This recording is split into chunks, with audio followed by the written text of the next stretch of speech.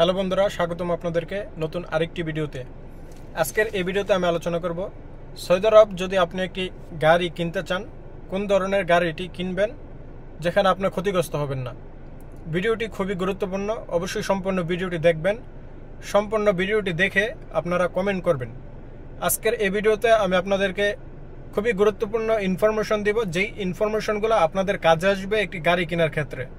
আমরা অনেকেই হুটহাট করে গাড়ি কিনে ফেলি, কেনার পরে যে ভোগান্তিটা ভুগি, এই ভোগান্তিটা আপনারা যদি এই ভিডিওটি সম্পূর্ণ দেখেন আশা করি ভুগবেন না।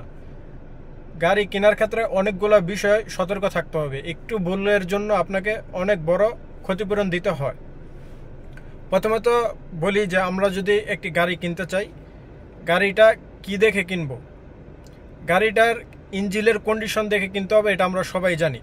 আমরা অনেকেই চিন্তা করি যে অল্প টাকার ভিতরে গাড়ি কিনবো, এটা হচ্ছে সবচেয়ে বড় বোকামি। কেন বোকামি আমি সেই বিষয়টা বলি। এক্সাম্পল, আপনি একটি 10,000 রিয়ালে গাড়ি কিনলেন, কেনার পরে এই গাড়িটা প্রত্যেক সপ্তাহ আপনাকে মেনটেন্যান্স করার জন্য 1,000 রিয়াল খরচ হয়ে যেতেছে। মাসে 3-4 হাজার রিয়াল আপনার এই গাড়ির পিছনে খরচ হয়ে যেতেছে। তখন দেখা যাবে আপনার ইনকামের থেকে খরচটা বেশি গাড়ির পিছনে হয়ে যাবে। আমি আসলে নেগেটিভ বিষয়টা বলতে চাই না, তারপরও আপনারা যদি এই বিষয়গুলো সতর্ক না থাকেন আপনারা অনেক বড় একটা লোকসানের ভিতরে পড়ে যাবেন।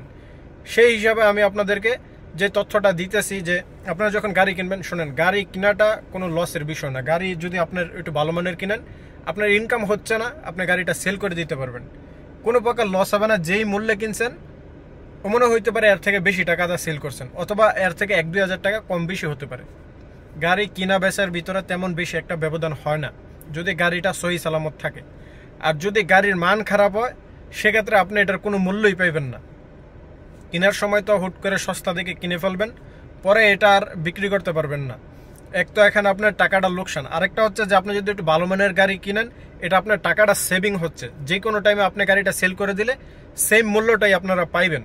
ইউটিউবে আসলে এভাবে কিন্তু কেউ আপনাদেরকে ইনফরমেশন দেয় না, যেভাবে আমি আপনাদেরকে খুব সহজভাবে, সুন্দরভাবে এবং সঠিক যে তথ্যগুলো দিয়ে থাকি।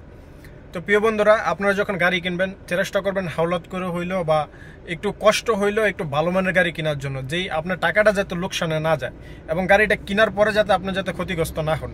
কারণ আপনি একটি গাড়ি কিনছেন, এই গাড়িতে যদি প্রত্যেক মাসে 2,000 টাকা আপনার মেনটেন্যান্স খরচ লাগে এবং আপনি ইনকাম করবেন কয় টাকা?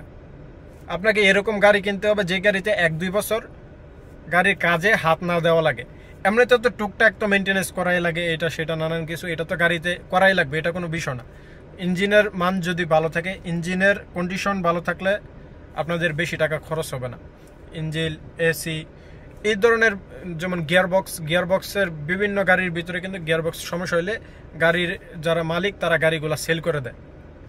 তো এই বিষয়গুলো আপনারা সতর্ক থাকবেন। একটু টাকা খরচ করে হলো সস্তা গাড়ি, একেবারে সস্তা গাড়ি যে পানির দামে দিয়ে দিতেছে, এ ধরনের অ্যাড দেখে এ ধরনের গাড়ি কিনতে যায়েন না, সেক্ষেত্রে আপনার টাকাটা পুরোটাই লোকসান হবে।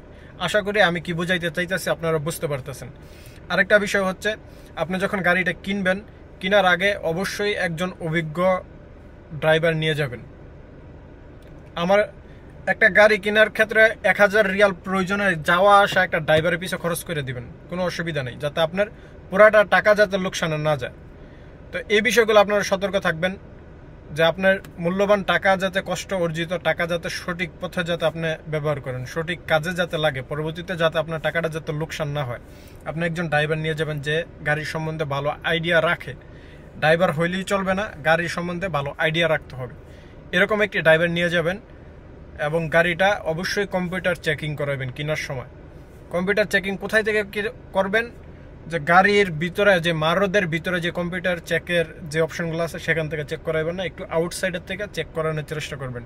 রিয়াদে হন, জেদ্দাতে হন, যে কোনো শহরে হন, একটু বাইরের থেকে আপনারা যখন গাড়িটা চেক করাবেন সেক্ষেত্রে আপনারা গাড়িটার মান সঠিক পাইবেন। আবার যখন ভিতরে থেকে আপনি চেক করাবেন, যদি মারোদের গাড়ি হয়ে থাকে তারা আবার তাদের সাথে একটা কন্ট্যাক্ট থাকে, যার কারণে খারাপ হলে আপনাকে ভালো বলে বুঝ ধরিয়ে দিবে।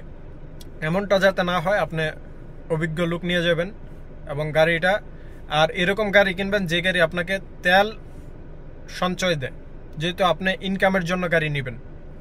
ইনকামের জন্য গাড়ি নিলে আপনাকে তেল সঞ্চয় কোন গাড়িগুলো দেয় সেই সম্বন্ধে আমার ইউটিউব চ্যানেলে একটি ভিডিও আছে, সেই ভিডিওটি আপনারা দেখে নেবেন। কারণ একটি গাড়ি কিনবেন, তবে তারপর দেখা যাইতেছে গাড়ির খরচটা আপনি বহন করতে পারতেছেন না, অথবা আপনি ইনকাম করতে চাইতেছেন, ইনকাম প্রফিট হচ্ছে না, তেল খরচ দিয়ে প্রফিট হচ্ছে না, সেক্ষেত্রে কিন্তু আপনি লোকসান বা ক্ষতিগ্রস্ত পড়ে যাবেন। এমনটা যাতে না হয়, অবশ্যই যেই গাড়িগুলো তেলে সঞ্চয় দিবে, আপনার ইনকাম করতে পারবেন গাড়িগুলো দিয়ে, সেই হিসাব করেই আপনাকে গাড়িটি নিতে হবে। গাড়িটি কেনার পরে যাতে আপনি ভোগান্তিতে না পড়েন, আমি এই বিষয়টা আপনাদেরকে বোঝানোর চেষ্টা করতেছি।